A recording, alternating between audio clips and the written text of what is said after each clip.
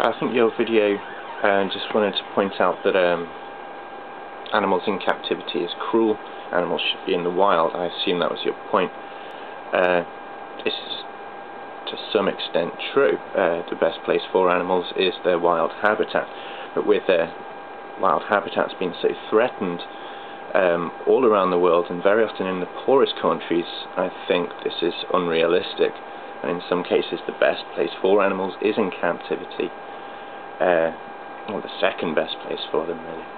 But I'm going to refer to an article I've already written about conservation and how complex it is. It's not as black and white as animals in captivity bad, animals in the wild good. Therefore, instead of keeping animals in zoos, we should be preserving natural habitats. It's not that black and white. So I'm just going to read from something I've already written here. So to keep natural habitats safe and protected for wild animals costs a great deal of money, and the land could actually be profitable. Many of the world's endangered wildlife does come from very poor third world countries, and the people rely on the land and the natural resources to feed their families. Humanitarian needs have to be taken into consideration when preserving wildlife. You can't just send rich Westerners out into third world countries and tell the poverty-stricken people that what they're doing is wrong and they must stop it. If their livelihood depends on grazing and deforestation, you have to provide them with an alternative means of making an income before you tell them to stop doing what they're doing. This isn't always easy. There are actually lots of people working on this very solution now. To actually protect huge areas of lands for native wildlife in national parks also costs governments a huge amount of money that these countries simply don't have.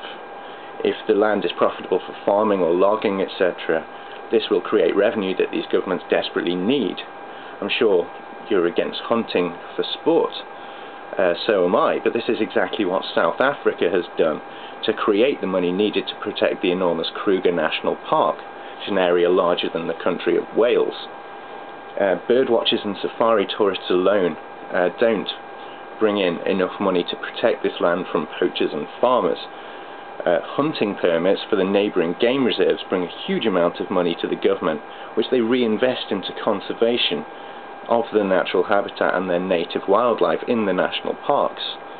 As distasteful as it is for rich tourists to shoot animals for fun, it is a necessary evil, unfortunately. If you want this practice to stop, then again you must think of an alternative. And again, that's not easy. Another point that I constantly hear is that instead of giving money to zoos, we should be giving it to rescue centres where animals are not on show and they are not bred. Now, as wonderful as many rescue centres are, and I have worked in several, as well as working in zoos, they are only providing protection for individual animals. They're not working for the protection of the species as a whole.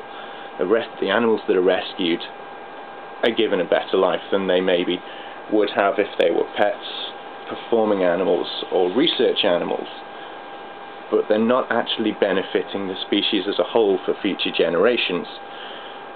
International breeding programs in responsible zoos do actually keep species alive when they're so threatened in the wild. Rescue centres are no better equipped to care for these animals than zoos, and in many cases are so poorly underfunded, poorly staffed by untrained people that they're actually much worse equipped to look after these animals than zoos. At least the zoos are focused on the wider species conservation. Wild release schemes are in place for some animals where possible, but it's not a case of just breeding hundreds of animals and releasing them back into the wild when you have enough animals.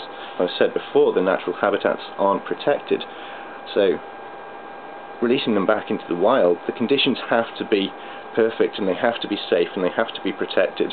Laws have to be in place and enforced in the natural habitats to protect them before you can consider releasing animals back into those habitats.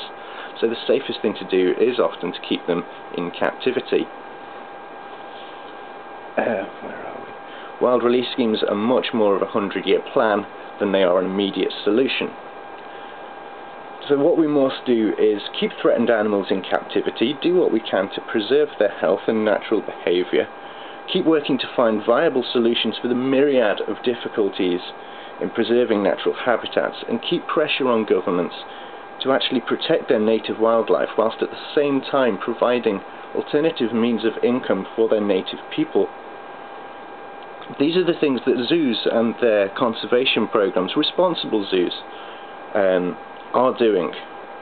They do far more to actually preserve natural habitats than you would think just visiting the zoo. There are conservation schemes for zoos like the San Diego Zoo in America, the Edinburgh Zoo here in the UK, the London Zoo, Chester Zoo, the Durrell Zoo in the Channel Islands. These have wide-ranging international conservation schemes, and the organisations they're affiliated with are the ones who are doing this work. So to condemn zoos is wrong in this, because they do far more work than anyone else in this field. So sadly, the world isn't as black and white as you would like it to be. There's an awful lot of grey in between. That's just my opinion on your video anyway. Thank you.